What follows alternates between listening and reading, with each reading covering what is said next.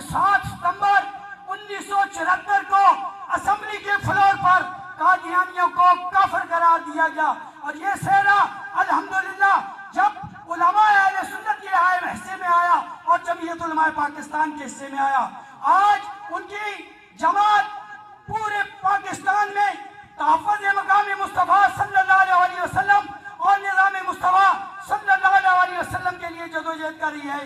میں اسی تحریک کے روح رواں جمعیت علماء پاکستان ضلع اٹا کے صدر حضرت علامہ حافظ رفاقت علی حقانی صاحب صدر جمعیت علماء پاکستان ضلع اٹا کو دعوت دے رہا ہوں، وہ تشریف لائیں اور آپ سے خطاب فرمائیں۔